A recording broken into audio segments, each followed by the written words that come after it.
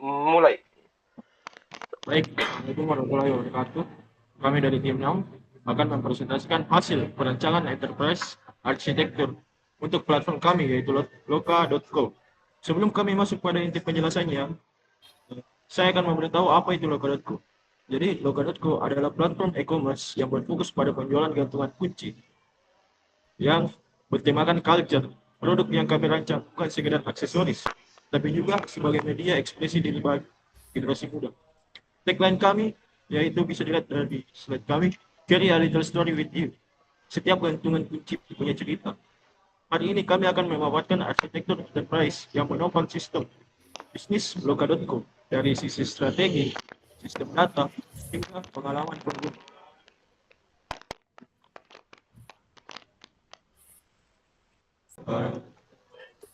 Dari latar belakangnya, loka.co adalah platform e-commerce yang lain dari kegemaran generasi muda terhadap budaya populer, musik, gaming, dan berbagai tren digital yang terus berkembang. Produk kami berupa gantungan kunci yang bertemakan culture atau biasa di kalangan muda disebut keren yang hadir dalam berbagai desain orisinil. Yang membedakan loka.co dari e-commerce biasa, produk kami tidak hanya fungsional, tapi juga menjadi media ekspresi identitas. Pelanggan bisa menunjukkan siapa mereka lewat gantungan kunci yang mereka pilih. Platform ini kami bangun dengan sistem e-commerce yang terstruktur, mencakup manajemen produksi, transaksi, hingga pengalaman belanja yang menyenangkan. Selanjutnya, ada pada visi-misi kami. Asik. Visi kami yaitu menunjukkan loka.co sebagai brand culture digital yang tidak hanya menjual tetapi juga membangun identitas, kreativitas, dan pengalaman belanja bagi generasi muda. Visi kami yang pertama, kami menghadirkan produk gantungan kunci culture dengan desain yang kreatif. Di sini kita memiliki relevasi dalam budaya yang tren yang kuat di kalangan generasi muda. Yang kedua, kami mengembangkan sistem e-commerce yang stabil, berakses, dan aman untuk mendukung proses bisnis, mulai dari pengelolaan katalog, produk, hingga transaksi. Dan yang terakhir, kami menciptakan pengalaman optimal melalui perancangan tampilan visual dan alur belanja yang efisien serta konsisten. Sekaligus mengelola data produk, transaksi, dan pengguna secara terintegrasi dan mendukung evaluasi kinerja dan bisnis. Baik, selanjutnya saya akan membahas strategi objektif kami. Strategi kami berbicara soal target penjualan. Kami menyusunnya secara menyeluruh dan mengarahkan pengembangan bisnis dan sistem secara terstruktur dan berkelanjutan. Ada 4 pilar strategi yang kami kembangkan yang akan saya jelaskan di slide. Yang pertama, pilar kami yaitu strategi bisnis. Kami fokus pada segmentasi pasar yang spesifik, yaitu konsumen muda yang menyukai produk culture dan budaya populer. Nilai tambah dibangun melalui efisiensi, desain, dan konsistensi identitas brand. Pilar kedua, strategi sistem dan teknologi. Platform e-commerce kami dikembangkan secara moderat sesuai kebutuhan bisnis, efisien, stabil, dan bisa diakses kapan saja. Pilar ketiga, strategi data dan informasi. Data produk, pelanggan, dan transaksi kami kelola sebagai aset enterprise yang penting dan memastikan keamanan dan akurasi data untuk produk bisnis. Pilar keempat, strategi pengalaman pengguna. Antar bunga kami dirancang sederhana dan konsisten. Alur dan pencarian produk hingga checkout dibuat secepat dan senyaman mungkin. Next. Terima kasih, saya Laili, System and Application Developer di Loka.co. Saya akan melanjutkan presentasi mulai dari struktur organisasi kami. Loka.co dikelola oleh tim kecil yang solid dengan pembagian peran tugas yang jelas. Arya sebagai founder berperan sebagai pengarah dan pengelola keseluruhan aktivitas e-commerce. Di bawahnya ada baik foundernya yaitu Arya memiliki peran sentral dalam Loka.co. Peran utamanya adalah sebagai pengarah dan pengelola keseluruhan aktivitas e-commerce secara konkret yang mengelola dan mengkoordinasikan seluruh aktivitas bisnis. Arya juga yang menentukan arah operasional dan strategi pengembangan platform e-commerce. Apakah kita perlu tambah fitur baru atau ubah strategi pemasaran atau perbaiki alur sistemnya. Dan yang penting, Arya mengawasi keselarasan antar 3 komponen utama, sistem data dan pengalaman pengguna, memastikan semuanya selaras dengan tujuan bisnis Loka.co. Nah, next. Selanjutnya, saya akan menjelaskan 3 peran teknis kami. Yang pertama ada data and analytics dipegang oleh Ahmad Septian. Perannya adalah mengolah dan menganalisis data produk, transaksi, dan perilaku pengguna. Dari data ini, tim mendapatkan insight yang mendukung strategi bisnis dan pengembangan produk ke depan. Nah, yang kedua ada System and Application Developer, yaitu saya sendiri. Tugas saya adalah mengembangkan dan memelihara sistem e-commerce sesuai kebutuhan bisnis, mengimplementasikan fitur-fitur yang mendukung proses penjualan, serta memastikan performa dan stabilitas sistem terjaga. Nah, yang terakhir ada UI and UX Designer dipegang oleh Cindy. Ia merancang antarmuka yang sesuai dengan karakter brand culture, menyusun alur pengguna agar interaksi berjalan efektif dan efisien, serta menjaga konsistensi visualnya agar pengguna nyaman dan tertarik. Kursor no iya. Nah, next. Oke, baik. Nah, kemudian ada slide tujuan pengembangan. Saya kembalikan kepada moderator. Baik, terima kasih Saudara Laili. Untuk penjelasan selanjutnya akan dijelaskan oleh Saudara Ahmad Septian. Saya persilakan. Baik, terima kasih. Jadi untuk bagian tujuan pengembangan ini, setiap tujuan kami susun mengikuti prinsip SMART, spesifik, measurable, achievable, relevant, dan time bound agar bisa dievaluasi secara objektif. Jadi untuk tujuan pertamanya itu meningkatkan uptime system hingga minimal 99,5%. Alasannya sederhana. Jika platform sering down, kepercayaan pengguna dan potensi penjualan kita ikut turun. KPI-nya adalah uptime rata-rata bulanan 99 di atas 99,5% dengan target tercapai dalam 4 bulan. Tujuan keduanya itu meningkatkan transaksi berhasil sebesar 40% secara year over year. Ini untuk mengukur pertumbuhan bisnis nyata dan memastikan produk kita sesuai kebutuhan pasar, target pencapaiannya dalam 5 bulan. Baik, next.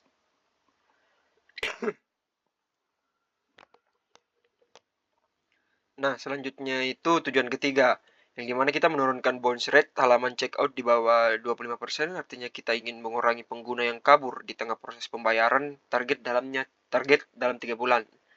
Yang keempat itu ada mengimplementasikan 2FA dan inskripsi data pelanggan. Ini krusial untuk melindungi data pengguna dari kebocoran. KPI-nya 2FA aktif untuk 100% akun, sertifikat SSL atau TLS valid, dan data sensitif transkripsi AES 256 di database. Targetnya 3 bulan. Nah, untuk tujuan kelimanya itu mengembangkan fitur filter katalog produk. Tujuannya agar pengguna lebih mudah menemukan produk yang cocok yang cocok. KPI-nya waktu pencarian produk turun 50% dan user satisfaction-nya skor minimal 4 dari 5. Targetnya 4 bulan. Dan yang terakhir itu membangun sistem manajemen stok dan pesanan otomatis. Ini untuk meningkatkan efisiensi operasional. KPI-nya 100% pesanan tercatat otomatis, notifikasi stok rendah aktif, dan waktu pemrosesan pesanan kurang di bawah 24 jam. Targetnya 5 bulan. Baik, next.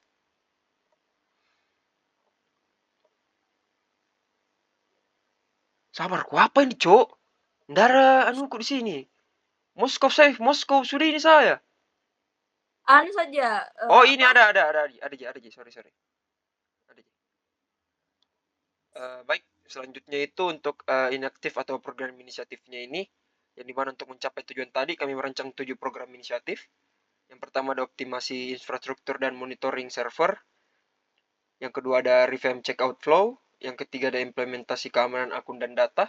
Yang keempat ada pengembangan katalog dan filter produk. Kelima ada dashboard, admin, dan manajemen stok otomatis. Yang keenam dan ketujuh adalah program loyalty dan referral dan kampanye media sosial. Bisa dilihat seperti yang tertera di PPT kita. Baik, next. Nah, selanjutnya itu ada prioritas Moskow-nya. Prioritas ini menggunakan framework Moskow yang seperti yang ditahu itu adalah must have, should have, could have, and won't have untuk tahun ini. Jadi kami menggunakan framework ini untuk memprioritaskan fitur dan inisiatif. Yang pertama itu yang must have-nya, ini yang wajib ada, infrastruktur stabil dan monitoring server, checkout yang optimal, keamanan akun dan data berupa 2FA dan enkripsi, serta katalog dengan fitur filter produk. Yang kedua ada cold have-nya, yang dimana penting tapi bisa menyusul. Dashboard admin dan manajemen stok otomatis, serta integrasi logistik dan tracking pengiriman. Selanjutnya ada cold have, yang dimana bagus kalau ada program loyalty-nya dan referral-nya, serta kampanye media sosial. Yang terakhir itu ada won't have untuk tahun ini. Fitur yang kami tunda dulu untuk tahun ini itu aplikasi mobile native, live chat, customer service, dan marketplace multiseller. Bukan berarti tidak penting, tapi belum jadi prioritas di fase awal ini. Baik, selanjutnya saya kembalikan kepada moderator. Terima kasih. Baik, terima kasih saudara Cendian. Penjelasan selanjutnya akan saya berikan ke Siti Salsabila Sekusala. Terima kasih moderator. Jadi di sini saya akan melanjutkan dengan roadmap pengembangan kami. Kami membagi pengembangan ke dalam 4 fase selama 5 bulan. Fase pertama, bulan pertama dan kedua itu di fondasi teknis dan keamanan. Fokus utamanya adalah memastikan sistem stabil, aman, dan mencapai optima minimal 99,5%. Di sini kami setup monitoring server, implementasi 2FA, dan enkripsi data. Terus di fase kedua itu bulan kedua dan ketiga optimalisasi pengamanan pengguna. Kami memperbaiki alur checkout, menambahkan metode pembayaran, dan mengembangkan fitur-fitur katalog untuk menurunkan bounce rate dan meningkatkan konversi. Terus pada fase ketiga, bulan ketiga dan keempat, otomatisasi operasional. Kami membangun dashboard admin dan sistem manajemen stok agar pesanan tercatat otomatis dan diproses lebih cepat. Dan fase keempat itu bulan keempat dan kelima, pertumbuhan dan evaluasi. Kami fokus pada strategi pemasaran, peningkatan transaksi, dan perbaikan fitur-fitur berdasarkan feedback nyata dari pengguna. Next. Selanjutnya ada bagian CONOPS atau Concept of Operation, menggambarkan alur operasional sistem Loka.co secara keseluruhan. Langkah pertama, user browsing produk dan menambahkan gantungan kunci ke keranjang belanja. Langkah kedua itu ada sistem menampilkan ringkasan belanja dan tombol checkout. Langkah ketiga, user masuk ke halaman checkout yang ringkas, hanya 3 langkah. Input alamat, pilih ekspedisi, dan konfirmasi pembayaran. Langkah keempat, ada sistem menghitung ongkir otomatis melalui API, ekspedisi, dan menampilkan total biaya. Langkah kelima, user memiliki metode pembayaran. Bisa transaksi transfer lewat bank, e-wallet, atau QRIS. Terus langkah keenam ada payment gateway, memproses pembayaran dan mengirimkan notifikasi sukses ke sistem. Terus langkah ketujuh itu sistem dan admin, memperbarui status pesanan menjadi dibayar, stok otomatis berkurang, dan admin menerima notifikasi. Langkah terakhir yaitu admin dan mitra toko memproses pesanan, menginput nomor resi, dan sistem mengirim notifikasi ke user bahwa paketnya sudah dikirim. Next. Terima kasih saudara jelaskan saya. Selanjutnya use case diagram yang akan dijelaskan oleh saya sendiri. Bisa dilihat dari slide kami. Ini adalah use case diagram sistem Loka.co. Yang bilang ini menggambarkan siapa saja yang berinteraksi dengan sistem kita dan apa yang bisa mereka lakukan. Ada 4 aktor utama. Yang pertama, user yang sebagai pengguna utama platform. Yang kedua, mitra dan toko yang menyiapkan dan mengirim produk. Dan yang ketiga adalah admin yang mengelola seluruh operasional. Kita yang keempat adalah API ekspedisi sebagai pihak ketiga. Dari sisi user, use case menggunakan penjelasan belanja, dari register dan logo, belajar katalog, sampai keterangan yang berstiker, hingga pilihan metode bayar dan efek satu persatu. Di sisi yang dibagi lagi, saya Arya sebagai orang yang mengelola produk. Dari sini sebagai orang yang memantau transaksi. Lalu ada lagi yang orang yang berusaha. Dan dia adalah agen pengguna. instrumen kelanjutan bertugas untuk melakukan meningkat pesanan setelah pembayaran.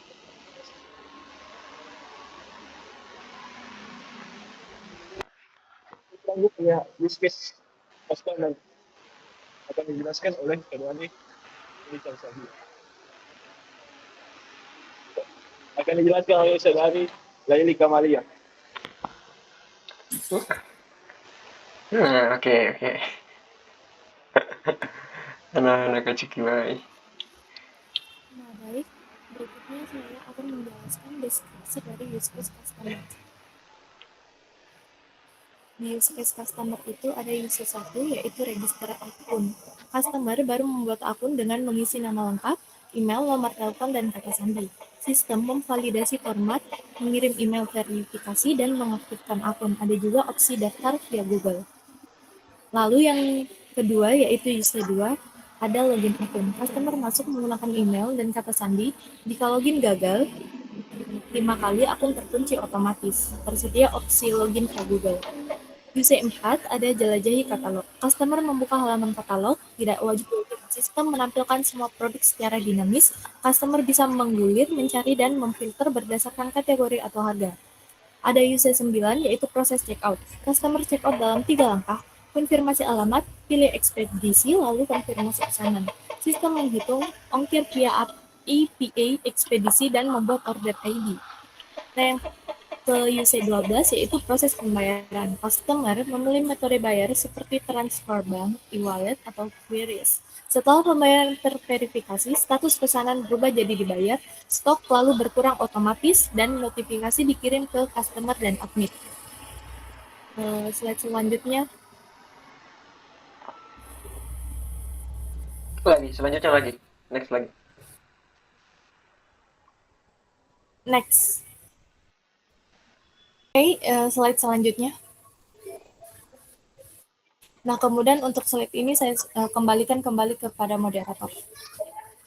Baik, terima kasih Saudari Laili Kamalia. Untuk selanjutnya deskripsi use case Microsoft akan dijelaskan oleh Saudara. Baik, terima kasih. Jadi untuk use case untuk mitra toko ini hanya satu, tapi sangat penting. Yaitu UC21 yang menyiapkan dan mengemas pesanan. Alurnya itu setelah pesanan berstatus dibayar, mitra toko menerima notifikasi dari sistem. Mitra membuka dashboard, melihat detail pesanan, lalu menyiapkan produk gantungan kunci sesuai pesanan. Setelah dikemas dan dengan aman dan rapi, mitra menyerahkan paket ke kurir ekspedisi dan memasukkan nomor resi ke sistem. Status pesanan otomatis berubah menjadi dikirim. Jika terjadi masalah, misalnya stok habis atau produk rusak, mitra melaporkan admin untuk diproses sebagai refund atau substitusi. Ada juga alternatif di mana kurir mengambil sendiri dan memasukkan resi secara otomatis via integrasi API ekspedisi. Baik, next.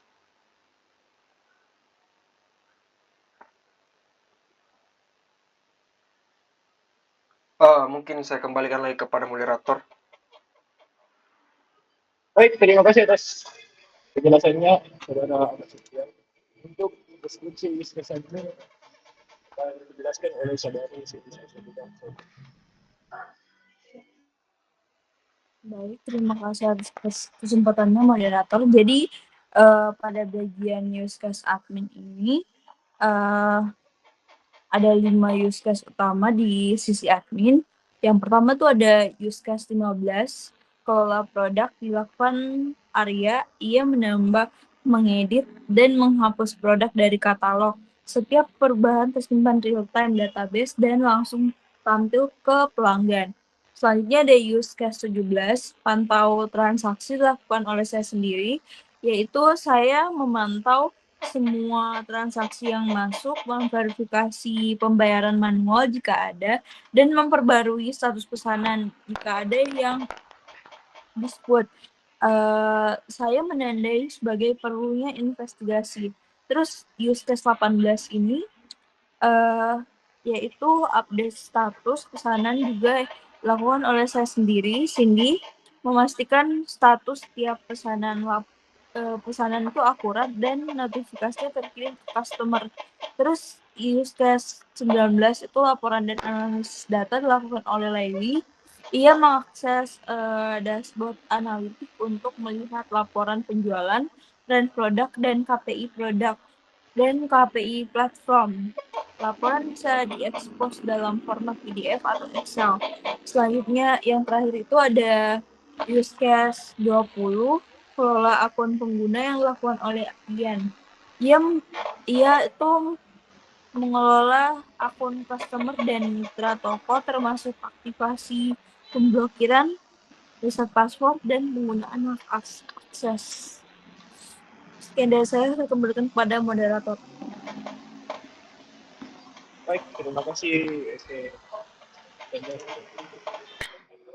untuk selanjutnya aktiviti diagram akan dijelaskan oleh saya sendiri. Jadi aktiviti diagram ini menggambarkan alur lengkap proses pengelolaan dan pengelolaan pesanan di Loka.com. Ada 4 segmen yang ada pada aktiviti diagram ini. Yang pertama, customer sebagai pembeli, sistem Loka.com sebagai support dan database, lalu sebagai penjual produk dan admin untuk transaksi. Alur diagramnya dimulai saat customer membuka website dan login. Sistem memvalidasi kredensial secara real time. Lalu customer mengisi katalog. Sistem mengecek kita kan cek konsisten menggunakan form, menjalankan dua proses secara paralel. Kemudian memberikan informasi ke customer dan kita fokus secara bersamaan. Kedua proses ini tergabung kembali sebelum lagi pembayaran. Setelah pembayaran validasi, mereka menyerahkan lalu status itu dari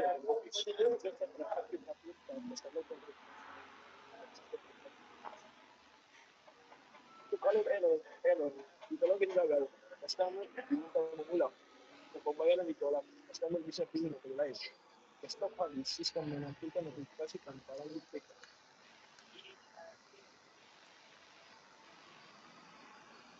Untuk selanjutnya, kandidat entitas data akan dijelaskan oleh saudari Elita Maria. Oke, baik.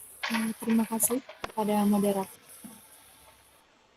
Nah, di sini saya akan menjelaskan tentang kandidat entitas data. Kandidat entitas data adalah tahap identifikasi seluruh objek data yang dibutuhkan sistem Loka.com. Total ada 36 entitas data yang dikelompokkan dalam 3 kelompok besar sesuai fungsi bisnis. Kelompok 1 yaitu pengelolaan produk dan toko, dikelola admin, Arya dan Laili. Contoh entitasnya yaitu data, garis bawah toko, data, garis bawah produk, kategori, garis bawah produk, data, garis bawah varian, stok, garis bawah produk, promo, garis bawah diskon, hingga laporan, garis bawah penjualan.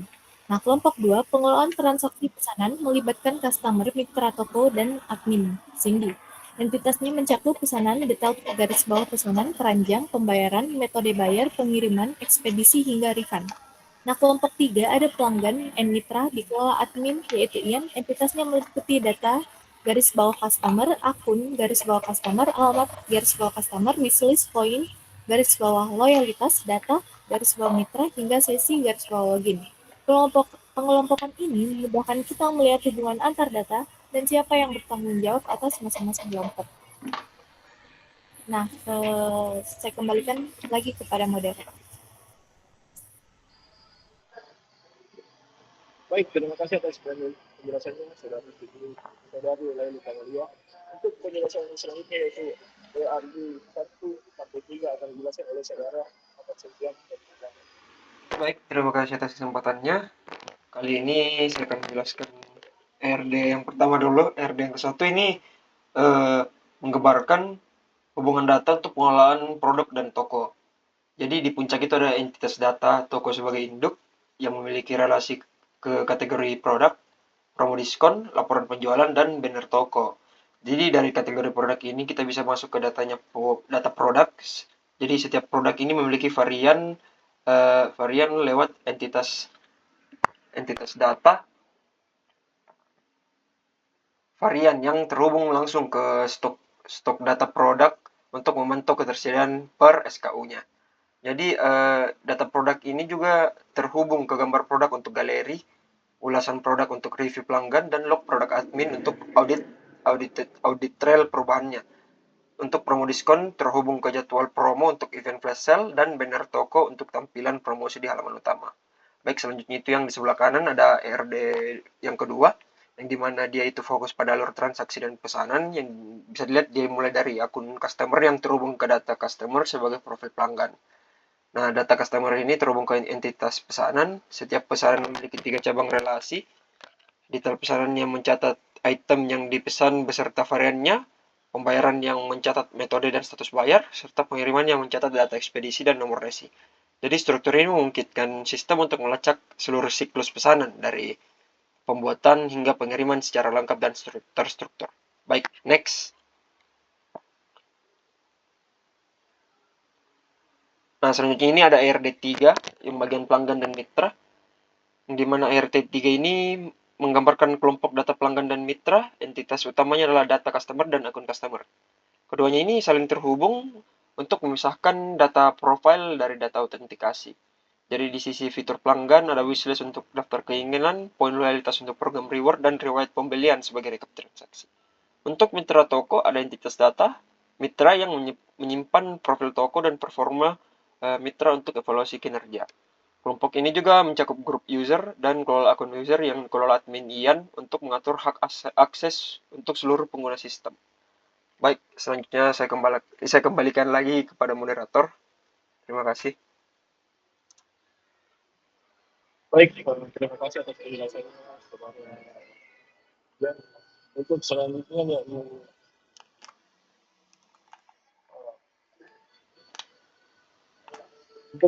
penjelasan matriks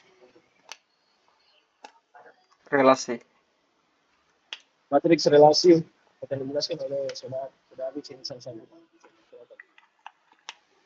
Baik, terima kasih atas kesempatannya moderator. Jadi terakhir, saya akan menjelaskan matriks relasi hubungan data Loka.co. Matriks ini menggunakan hubungan antara setiap fungsi bisnis dan entitas data yang terlibat menggunakan kode CRUD, C untuk create atau membuat data baru, R read atau membaca data, U untuk update atau mengubah data, dan D untuk delete atau menghapus data.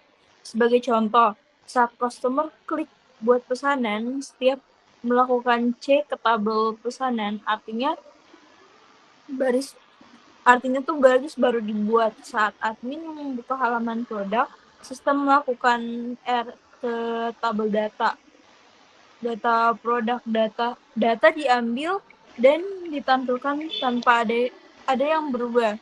Matriks ini dibagi sesuai 3 kelompok ERD, pengelola produk dan toko di kolom kiri, pengelola transaksi dan pesanan di tengah, dan pelanggan dan mitra di kanan. Dari matriks ini kita bisa melihat secara eksplisit siapa yang melakukan operasi apa terhadap data mana sangat berguna untuk memastikan tidak ada fungsi bisnis yang terlewat dalam sistem desain ini. Terus ada total itu ada 36 entitas data dengan puluhan fungsi bisnis yang saling terhubung membentuk arsitektur data yang lengkap untuk mendukung operasional Loka.co. Sekian dari saya kembalikan kepada moderator. Baik, terima kasih atas penjelasannya, saudara. Mungkin demikianlah presentasi kami telah memaparkan visi dan strategi hingga perusahaan data. Kami percaya Loka.co siap untuk menjadi platform digital yang relevan bagi dunia ini. Terima kasih. Dan jika ada yang mau ditanyakan, silakan komen di bawah. Terima kasih. Asik.